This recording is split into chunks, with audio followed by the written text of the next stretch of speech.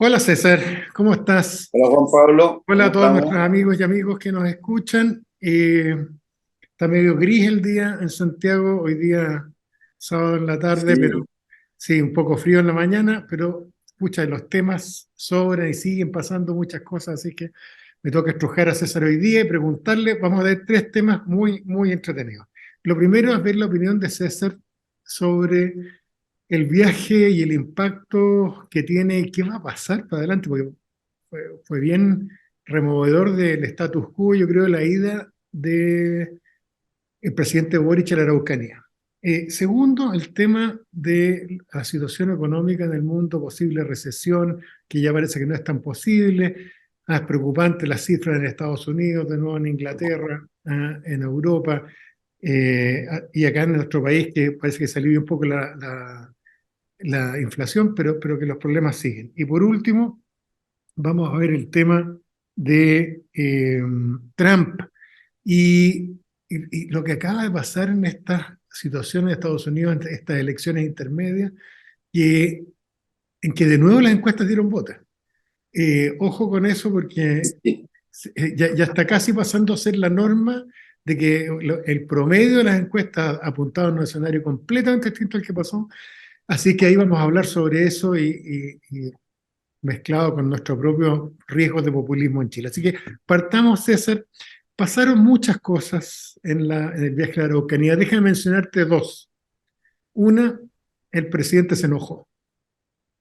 Esta cuestión de que justo antes de llegar hayan quemado una escuela y hayan quemado una iglesia, no sé si tú lo escuchaste, pero, Sí.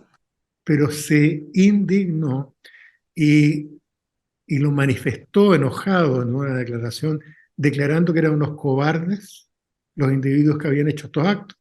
Y detrás de eso, de acusarlos de cobardes y de andar destruyendo escuelas donde estudian los niños y donde lugares sagrados donde la gente profesa su fe, eh, los confirma que en opinión de él hay actos terroristas que se están perpetrando en la Araucanía.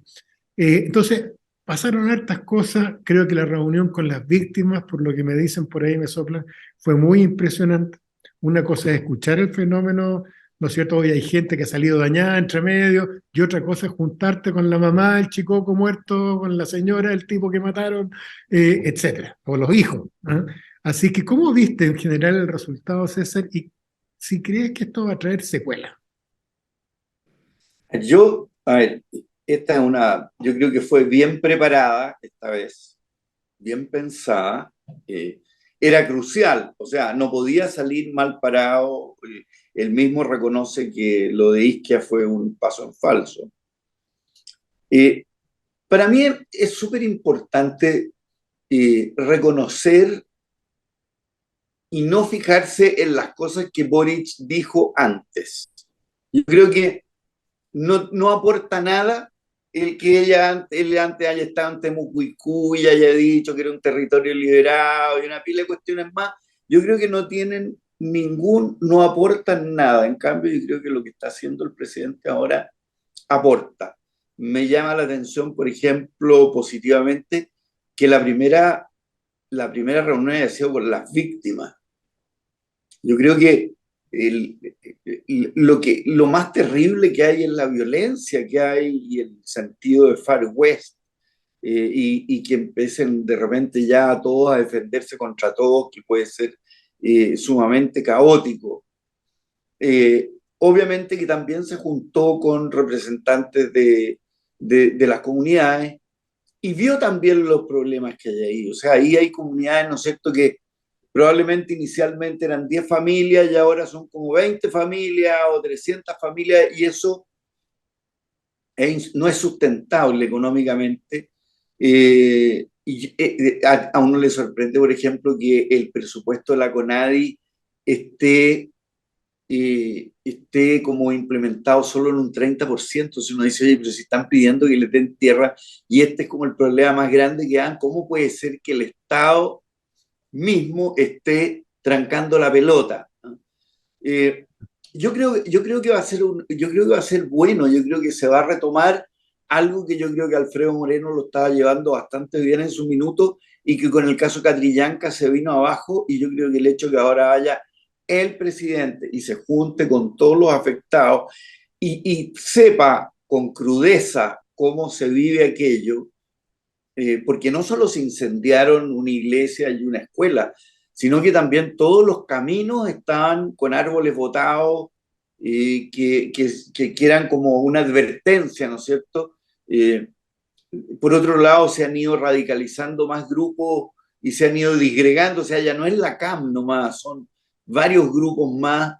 eh, y yo, a ver, y a mí me interesaría saber, además, lo de la ley antiterrorista, porque hay mucha gente que dice, oye, que hay que aplicar la ley antiterrorista, y tú has dicho muchas veces que la ley antiterrorista no es buena y no es práctica, y la verdad que tampoco ha sido práctica. Y déjame decirte algo más, yo creo que yo no sé cuánto cambia el tema de tener miles de carabineros allá y haberlos sacado de Santiago y de otros lugares de la misma zona, en términos de que si tú no tienes inteligencia, si tú no puedes seguir los teléfonos, porque todo el mundo sabe quiénes son. Ese es el run run, por ejemplo, que hay en la zona, es, oye, si todos saben aquí quiénes son los que andan detrás, pero los fiscales no los pueden pillar y los fiscales dicen, tráigame las pruebas, que es lo clásico, y no hay. Entonces el tema no se puede desbaratar y eso es una cosa que no solamente tiene que ver, Juan Pablo, en la Araucanía, sino que también tiene que ver con el crimen organizado acá en Santiago y en las ciudades. ¿Ah? Sí, tiene Pero yo no sé razón. cómo lo has visto. Yo lo he visto en forma positiva la visita, bien preparada, juntándose con la gente adecuada. Yo no sé qué has escuchado tú. Sí, yo escuché, como digo, que fue de alto impacto y lo que vi, y me impresionó el tono de voz del presidente cuando habló. Estaba enojado de verdad, y yo entendí el enojo de él. Efectivamente, uno ya tiene como normalizadas ciertas cosas que son medias locas. Quemar escuelas donde van niños pobres a estudiar es como psicótico. Quemar lugares donde van personas a profesar su fe es, o sea, es como fascistoide. Tiene algo de la Alemania nazi, ¿eh? Lógico, tiene Tiene una algo cuestión de... fascistoide, absolutamente. Entonces es como además mostrar, piensa que todo esto lo estamos hablando hoy día, César, detrás del plebiscito de salida con las votaciones que salieron en las comunas con mayoría de población mapuche. Ah, el 77% rechazo, me acuerdo, en una de las comunas, por ahí 78% rechazo en una de las comunas que tenía el 90% de la población mapuche. Entonces, quiero decir que yo sospecho que se está por primera vez, o yo por lo menos por primera vez, estoy viendo un camino de salida. Yo creo que tienes que sentarte a avanzar fuertemente con los sectores que están pacíficos y tienes que usar el garrote con los sectores que están quemando escuelas y los sectores que están cortando caminos y todo el Pero cuento. sin inteligencia, Juan Pablo, no va a llegar a Estoy ninguna de parte. O acuerdo, sea, estoy de acuerdo. Ahora, no, estoy de acuerdo. Creo que al final tú tienes que producir impactos judiciales con la detención de personas por delitos graves, ¿no es cierto? Y no solo cabecillas, sino gallos que han quemado cuestiones, etcétera. Pero al mismo tiempo tienes que quitarle el piso político, aprovechando el impulso del rechazo. Vale decir, apoyando los sectores pacíficos de los mapuches. Juan Y Pablo, ahí, mucha gente me ha preguntado una cosa que tú alguna vez me la has explicado. ¿Por qué la ley antiterrorista es mala? ¿Por qué no sirve? ¿Por qué no es práctica? ¿Qué hay en ese tema? Porque suena súper bien. Oye, si son terroristas, lo dice hasta el presidente hoy día, ¿por qué no le aplican la ley claro, antiterrorista? porque la ley está muy mal construida. Tenemos una ley, acuérdate que Chile es un país raro, en que la primera ley antiterrorista fue construida por un dictador para defenderse de los que estaban pataleando por volver a la democracia. Y lo hace para etiquetar a los sectores, lo hace Pinochet en 1984, para poder a sujetar a los grupos más duros y más violentos, pero que querían volver a la democracia. Entonces, es una ley que viene con este vicio de fondo. Después se han hecho 5 modificaciones relevantes, hay más, pero son 5 las relevantes en la ley. Y el resultado actual es que hoy día tú tienes un delito que es casi imposible de cometer, porque todos sabemos, entre comillas, lo que es delito terrorista, pero la definición de la ley es muy precisa. Y el problema que presenta es que requiere que tú acredites que el móvil que tú tuviste para actuar es producir terror en la población. no quemar la casa solamente, no, y eso es muy difícil de acreditar. Esto ha pasado por todos lados. Yo te recuerdo, César, que a mí me tocó presidir una comisión presidencial que se dedicó a estudiar el tema hace 7 años atrás, y nos metimos a fondo y nosotros propusimos un cambio legislativo que se lo tragó el Parlamento. Y ahí quedó metido, y la ley está igual que cuando entramos nosotros. Hubo consenso en mi época de todas las bancadas de que la ley era pésima, que no se podía usar como estaba, que había que modificarla sustantivamente. Las Naciones Unidas nos pegó un par de coscachos en la misma línea, y entonces tenemos una ley, un cuerpo legal que no es eficiente, que no sirve, que permite más bien enredar las cosas. No se te olvide en todo caso, para que todo el mundo esté tranquilo, que los delitos terroristas operan como una forma de calificación, se llama, agravando penas de delitos ya existentes. No es que no haya impunidad. Si alguien quema algo, mata a alguien, hoy día eso es un homicidio calificado o es un delito de incendio. Todos tienen penas graves. Acuérdense que en el caso de Luxinger, ¿no es cierto? Ahí la pareja terrible, la situación de esos pobres ciudadanos ahí que murieron quemados en su casa, ellos se condenó a una persona por ese delito, y ese se condenó por delito común, no por delito terrorista, a una pena, ya no me acuerdo cuánto, una pena bastante elevada. En resumen, tenemos un problema legislativo. No nos hemos puesto nunca de acuerdo, César. Es fácil usar la palabra en forma gruesa, pero técnicamente nunca nos hemos puesto de acuerdo en una nueva ley que ordene esto. Y entonces, si tú aplicas la ley actual, terminas un poco favoreciendo a los imputados, porque le das mucho margen de defensa para decir que no se probaron las cosas. Y por eso que yo en este momento creo que más bien lo que hay que hacer es irse con mucha dureza por los delitos comunes. Y meter además asociaciones ilícitas, ¿me entiendes? Meter un montón de delitos detrás que permita perseguir todo esto, pero lo que yo creo está claro que tenemos que ser extraordinariamente duros con los sectores más violentos hoy día, y yo apoyo completamente lo que dice Boric en este momento. Si no, esta cuestión va a seguir eternamente. Y yo creo que él, como te digo, lo impactó la conversación con víctimas, que parece ser que fue dura. Pues qué. Oye, vamos al segundo tema, César, tema de tu especialidad, económico, porque estas cuestiones me cargan, estas cuestiones como en cámara lenta, esto como que viene el lobo, y que viene el lobo, y llevamos un año y medio como cayendo en cámara lenta en una recesión en todo el mundo. En Chile sabemos que tuvimos relativamente buenas noticias, que está bajando al parecer la inflación de a poco. En Estados Unidos también bajó un poco la inflación, pero no se ha logrado parar, pero sí aparecen síntomas de recesión. César, ¿cómo ves dos cosas? ¿Cómo ves la situación en general económica en el mundo y en Chile para el próximo año? ¿Y cómo ves el impacto político de esto? Porque lo maldito de la economía es que esto produce impactos políticos. Claro, La claro. cesantía, la inflación, todo esto tiene, aquí en Chile cambió la agenda política la inflación. O sea, yo creo que es Así es. impensado el rechazo en parte sin inflación, porque provocó una urgencia por lo inmediato. Bueno, ¿cómo ves el tema? Mira, hay tres, digamos, grupos de países que están en distintas situaciones, ¿ya? Está Estados Unidos con una inflación alta y con tasas de interés muy altas y que el Fed va a seguir combatiendo la inflación, pero que extrañamente con tasas de empleo altas, lo cual hace que el Fed va a seguir todavía presionando en su tasa de interés porque no ve todavía que la recesión ha llegado en forma mucho más lenta.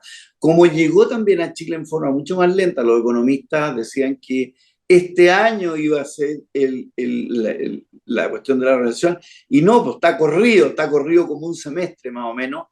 Europa está muy tocada con el tema de las materias primas hasta el petróleo, y se les viene el invierno. Están con problemas de gasto, ¿no es cierto? Y van a tener que gastar mucho más, endeudarse mucho más, con situaciones políticas relativamente complejas, todo lo enredado que están los ingleses, los italianos, etcétera, etcétera, y con la guerra de Ucrania, que es un tema de Europa, básicamente, y que lo hace gastar, o sea, los tiene con los pelos de punta en el fondo, porque Putin cada cierto rato les dice que les va a tirar una bomba atómica, están ayudando con plata y armas a Ucrania, pero se les están acabando, o sea, no hay armas infinitas aquí en este cuento. El peso chileno fue uno de los que más se devaluó en el mundo, ¿ya? Por lo tanto, yo creo que va a ser uno de los que más se va a reevaluar en el mundo una vez que esta situación se corrija. O César, sea, ¿por qué no me ocurrió ese fenómeno? extrañaría, ¿Por qué ocurrió el fenómeno este que se mira, habló tanto? Peso. a ver, uno por la inflación interna y por las expectativas de inflación, dos por la intranquilidad política que había, que llevó para afuera ya montones de millones de dólares, eh, porque con la plata de los retiros y qué sé yo, también se compraron muchos dólares, ¿ya? Piensa tú que se repartieron por la intranquilidad política, aquí todas las empresas repartieron dividendos como nunca antes lo habían repartido, y esa plata toda se fue para afuera. Entonces se juntaron un montón de cosas que hicieron que este país en particular, que está muy ligado además a lo que es la economía china, tuviera una evaluación espectacularmente alta. ¿Te acuerdas tú que el dólar llegó casi a los 1.000 pesos? O sea, y con la gente apostando que iba a pasar. Bueno, la verdad es que una vez que esta cosa se tranquilice y que tengamos una recesión que no va a ser menor y que se está notando, y ahí te voy a notar un punto en particular que a mí me preocupa, se va a recuperar y el dólar y el peso se va a revaluar. O sea, vamos a ver dólar a 7.50, a lo mejor vamos a ver otro tipo de situaciones. Vamos a volver a tasas de interés razonables en la medida que esta cosa de la previsión de la reforma previsional se aclare, va a volver a llenarse las arcas y vamos a volver a tener crédito hipotecario. La que está complicada a Concho es la construcción, está entre un 15 por ahí por ciento del producto, pero con mucha ramificación. O sea, cuando quiebra Claro Vicuña Valenzuela, no es que solo quiebre Claro Vicuña Valenzuela, quiebra todos sus proveedores.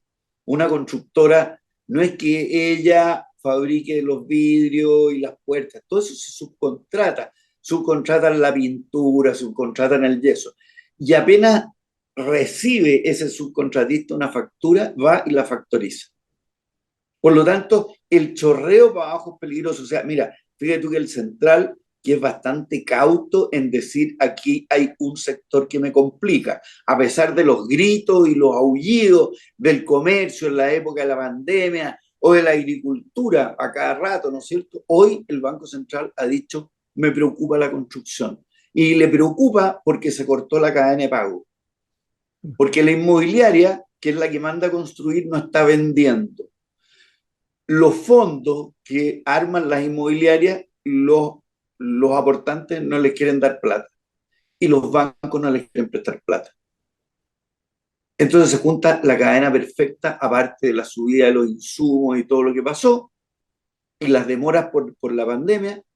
Entonces hay un sector entero que está con problemas. Aparte de eso, que la regulación del sistema de todo lo que es infraestructura y de todo lo que es la construcción desde el punto de vista del sector público es absolutamente anquilosada. Se meten cualquier ministerio, pero piensa tú que hay obras grandes detenidas porque hay una cierta lagartija que podría estar en peligro. Entonces, Con el debido cada respeto uno por la tiene, lagartija.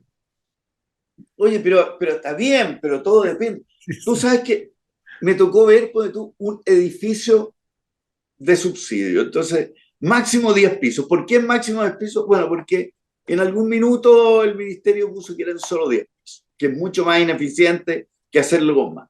¿Cuántos tipos de departamentos hay? 6. Y tú dices, pero están locos. Es una ineficiencia horrible tener 6 tipos de departamentos, o sea, para solteros, para casados, para con un niño, para con dos niños. ¿Y por qué lo hacen? Porque así dan los puntajes.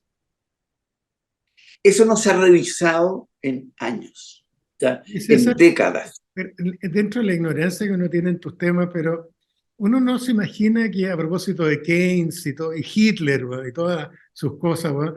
Que uno lo que debiera esperar en un momento así con crisis de la construcción es un Estado que invierte mucho en obras públicas y en construcción y en viviendas sociales y en todo para justamente apoyar y generarle flujo a las empresas y al mercado de la construcción.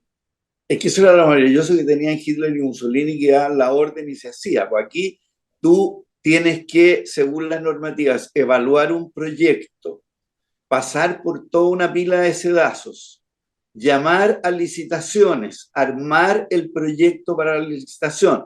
Es un país absolutamente legalista y que cada uno...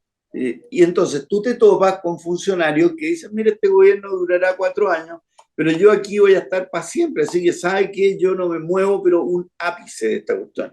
Y cuando se empiezan a mover, como le pasó a Ricardo Lagos, que por apurar las cuestiones entregaban plata por el lado y qué sé yo, se te viene el mundo encima. Entonces, esto es parte de la modernización absolutamente necesaria que tiene el sector público en Chile. Y esto vale en la medicina, vale en la salud, vale en lo que tú le pongas, y esa es la desconfianza que hay de que el fisco maneje las pensiones ellos y que si acaso serán capaces o no serán capaces, habiendo instancias del sector público que son buenas. O sea, el metro es una buena empresa pública. Impuestos internos es probablemente el mejor impuesto interno que hay en la región Leco, porque cobran los impuestos, en otras partes no los cobran, ¿no? ¿Ya? Y así yo creo que hay montones de partes que el sector público lo hace bien. Yo creo que toda la parte de los carnés y de las visas y de los pasaportes funciona más o menos bien, pero hay otras partes que son atroces, en que hay legislaciones y normas que vienen de la época de Andrés Bello, o no Andrés Bello, pero de los años 50, los años 60, en que se hacen los procesos a mano, Juan Pablo, o sea, tic, tic, tic, bueno, O sea, ¿ya? no podemos confiar que va a haber una reactivación con motivo de inversión en construcción por parte del Estado. No va a funcionar. Porque es muy lento echarlo a andar. ¿Y el Banco del Estado tiene algún rol? El Banco del Estado también es una institución que también tiene su burocracia y su sistema interno que es absolutamente resistente a lo que a que el presidente nuevo del Banco Central diga, ¿sabéis qué? Vamos a dar créditos más fáciles y vamos a hacer... Sí, pueden bajar la tasa, pero el procedimiento es igual. Oye, eh, entonces es un cuento, a ver, Juan Pablo, es el cuento que pasa en los juzgados, el cuento de los fiscales, el La cuento de burocracia todo lo que chilense. hemos hablado 1000 veces. La Es burocracia chilense. todo. Oye, César, ¿y Entonces, qué significa esto entonces? Que lo que debiéramos esperar es que se va a producir, se rompió esta cadena de pago y se va a producir, por lo tanto, el efecto en cadena que nos va a llevar a una recesión que va a durar ¿cuánto? las recesiones no son largas. Yo creo que esta recesión va a tener su pic ahora en este semestre que viene, contando los próximos 6 meses, digamos. ¿Ya? Y después la cosa, en la medida que la inflación afloje, y que va a aflojar, yo creo que va a aflojar porque los precios afuera dejaron de subir, todos los países están combatiendo la inflación, etcétera, etcétera, va a empezarse a reactivar. Y está pasando otra cosa, y que yo creo que Xi Jinping se ha dado cuenta también de que todas sus políticas del cero COVID y de ponerle el freno al sector privado y qué sé yo, Dejaron las está cosas. haciendo que China crezca poco. Y yo creo que se la van a pensar de nuevo y yo creo que van a empezar a dejar que la cosa fluya de nuevo. Porque según decía un chino que explicaba acá, que de los diplomáticos, ¿no? Decía, hoy día todos los chinos comen y no pasan hambre, se visten y no pasan frío, tienen casa y no se mojan. Pero lo que no cachan, pues, bueno, es que cuando uno ya se viste, come y tiene techo, uno quiere más cosas, pues. Y eso Pregúntale es a Pinochet. imparable nomás.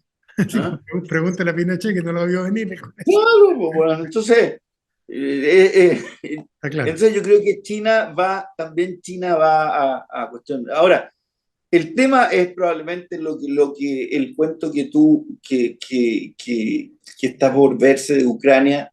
La guerra esa no puede ser infinitamente larga, o sea, es un drenaje de recursos tan grande para, para Rusia, Pero por un lado. coméntanos esos dos eventos, César. Aquí tenemos dos eventos que fueron muy sorpresivos. Uno, Rusia se está retirando, pero la guerra se está transformando en una guerra de desgaste en Ucrania y uno tiene la sensación que puede seguir por 10 años. Como la Primera Guerra Mundial. Como la primera, puede pasar una cosa feroz de desgaste, como en cámara lenta también, pero que vaya destruyendo la economía y que de repente pueda generar rebrotes extraordinariamente violentos. Y al mismo tiempo se produce en Estados Unidos esta cosa loca, todo el mundo hablaba de Red Wave, ¿eh? La marea roja que se venía encima, las encuestas la daban todas por hechas, Y Trump no casi estaba ganando, listo. o sea, de hecho todavía no se sabe si va a controlar en una cosa que va a ser el primer evento desde ¿cómo se llama? Desde Truman, que se produce una midterm que no pierde tanto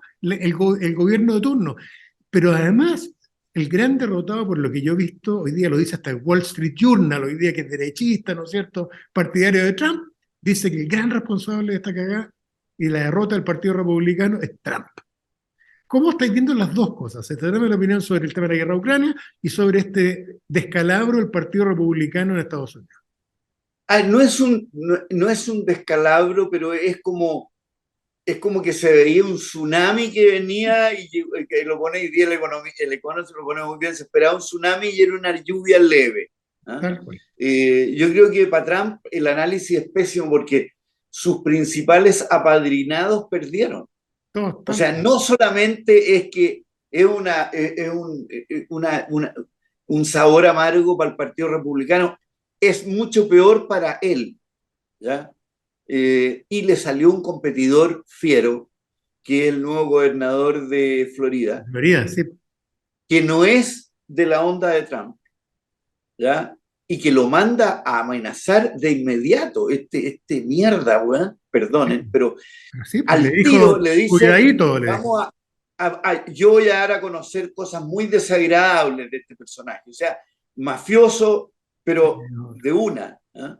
Pero lo que sí es importante es, bueno, las dos cosas, pero además que la guerra de Ucrania se transforme en una guerra de posiciones, como la Primera Guerra Mundial, que roba recursos y agota a todos los países, es una calamidad para Europa, es una calamidad para Occidente, es una calamidad para Rusia, obviamente. Pero lo otro es, oye, ¿qué pasa con las encuestas? Fíjate que las encuestas fallaron en Chile, fallaron en Brasil, fallaron ahora en Estados Unidos. La gente esconde la respuesta. ¿Qué pasa? Algo está ocurriendo, fíjate ahí, yo tengo la impresión de dos cosas, que están ocurriendo votos ocultos, César. Están ocurriendo, piensa que lo que pasó en Chile con el rechazo. Claro que daban ganada rechazo, pero no había ninguna que dijera que era 60-40, ni una, pero ni cerca.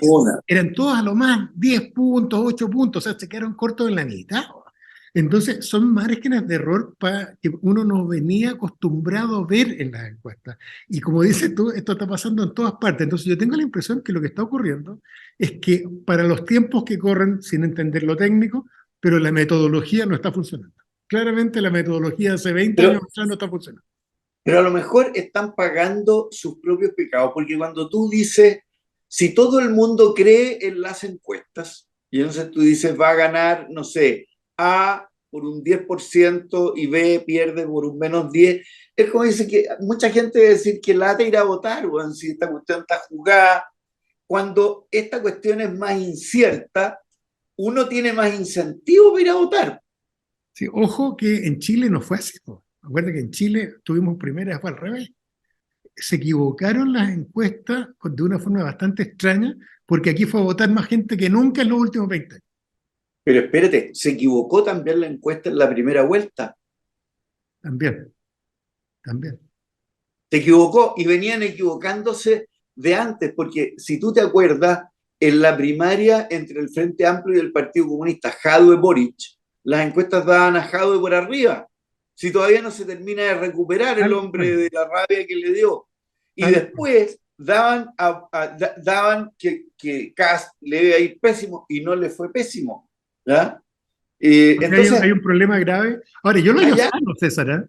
Yo lo hallo súper sano, esta cuestión de esta encuestología, en que casi no era necesario hacer votaciones porque las encuestas nos no, ¿para mantenían qué? vivos. Por ¿Para qué? eso, Yo creo que esto es maravilloso porque así como se mostró que era sano hacer votar a todo el mundo en Chile a propósito del plebiscito de salida, resulta que es muy sano que uno no confíe tanto en las encuestas, que sean tendencias, indicadores que uno mire, pero tiene que haber votación. Lo que está claro en Estados Unidos ahora y lo que pasó en Chile en las últimas 2 o 3 votaciones es que tú no puedes confiar en las encuestas. vas a ver tú que en la próxima votación en Estados Unidos va a ir mucho más gente a votar. Sí, tal cual. Ya César, se Oye, nos está acabando el tiempo.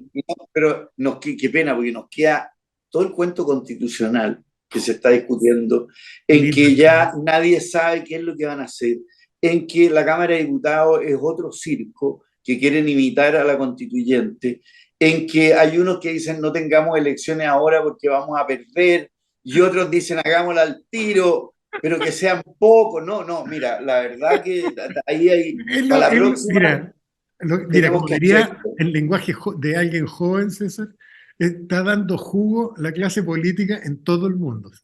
¡Qué Lo bueno que no es espanto! solo en Chile, piensa en Inglaterra y los cagazos del gobierno que duró 40 días en Inglaterra, ¿ah? En 300 años creo que no había un gobierno que no había durado tampoco. Entonces están, como digo, dando jugo por todos lados. César, pero tenemos ahí la próxima semana para seguir con el tema. ¿Cómo? Sí, Cuéntame qué libro tienes, qué película y qué restaurante. ya en película, una película de terror, pero real, que se llama El Ángel de la Muerte, en Netflix. ¿Ya? Ah, sí, la he escuchado, muy buena. Oye, así es, Y muy es caso real, recomendada, muy parece. bien, a ver, recomendada además, muy bien recomendada, digamos. Sí, terrible. El libro, te lo voy a mostrar al tiro, se llama El mundo está en venta, que es la historia de las compañías que manejan todos los recursos naturales en el mundo, Qué que bueno. son las grandes trading companies, que son asombrosas, o sea, cómo empezaron haciendo negocios con la Unión Soviética, cómo después hicieron negocios con los dictadores africanos, cómo después, o sea, los tamaños que tienen, ¿ya? Y que nunca están a la vista, te has fijado que nunca nadie habla de ellas. Bueno, ahora sí, porque se han tenido que abrir en bolsa, Glencore, Xstrata, qué sé yo, Cargill, pero es una historia fascinante, o sea, de empresarios duros, empresarios, y todo esto partió cuando se terminó cuando se termina la Segunda Guerra Mundial, en que un prisionero alemán que estuvo preso en Rusia vuelve y arma una trading y va a hacer un negocio a Rusia, a la Unión Soviética. Oye, y en restaurante La Maestranza. Bueno, Gran sandwichería, bueno, ahí en muy bueno. Vitacura arriba, muy buena. Sí, ¿Y muy tú? buenas. Mira, me voy a ir a lo más clásico de lo clásico. Me voy a ir, ustedes saben ya que me gusta, estoy redescubriendo en mi vejez la literatura clásica y se llama La Épica de Gilgamesh. Está disponible en internet, gratuito. Es la épica más antigua que existe. Es la obra cumbre de la cultura más antigua en la Mesopotamia. Es maravillosa, es el origen de todo, la épica de Gilgamesh. La compré en inglés porque acá hace lista de traducción que dicen que es la mejor de todas, salió hace 6 meses atrás, pero está disponible por todos los. Les recomiendo que se metan en la épica de Gilgamesh. El ser humano en un momento determinado empieza a construir ciudades, viene saliendo de su calidad de nómada, empieza la agricultura, el comercio, las ciudades, empieza a organizarse el contrato social y todo este cuento, inmediatamente el ser humano necesita empezar a darse explicaciones épicas del origen de todo. Y surge esta que es la primera, y es la primera por lejos, es la más antigua, tiene varios miles de años, y vamos a encontrar resonancia al Antiguo Testamento, a las historias originales del pueblo judío, todo esto es previo, ¿sí? Esto es 2500 años previo a Abraham. Entonces es Ah, maravillosa la historia, es preciosa, y descubierto justo hace 150 años en Irak, descubierto los restos de esta obra completa, así que la recomiendo encarecidamente. Muy bonita. Película de abogado, me vieron una que es como de suspenso, entretenida, escrita por un abogado, y que se llama A Time to Kill, Tiempo de Matar, A Time to Kill. de hace unos 20 años atrás, muy interesante, que Bueno, reflexiona sobre la justicia por mano propia, un negro en Estados Unidos que le violan a la hija, la dejan pésimo, dos rednecks así como bien fascistoides, y la violan y sabe que pueden salir absueltos, va y los mata, y un abogado blanco en un pueblito chico en el sur tiene que ya, defender. pero no contéis todo porque es muy buena, po. Muy bueno. John Grisham, el autor, que es abogado, Es así que lo recomiendo. Es entretenidísima, además. Está muy buena. disponible en Netflix y en varias otras plataformas. Y restaurante, un clásico, así como me estoy yendo a la playa ya pensando en el verano, el César en Zapallar, que se ha renovado con bríos, está a cargo de su propia gente y está muy rico. El otro día me tomé de nuevo un caldillo congrio muy, muy bueno. Así que está en la playa y no sé por qué en Chile hay tan pocos restaurantes en la playa. Está muy bien puesto ahí un agrado a los atardeceres ahí con un caldillo congrio. Ya pues César, estamos con eso, hay que seguir los temas, la próxima semana la lleváis tú y tema no nos va a faltar. Así que cuídense todos que hay Listo. rebrotes de gripes y rebrotes de COVID. Oye, sí, sí, y fuerte, y Fuerte, fuerte. así que anden con cuidado, si quieren usar mascarilla, úsenla. Así que chao a todos, César, que estén muy bien, cuídense todos y todas.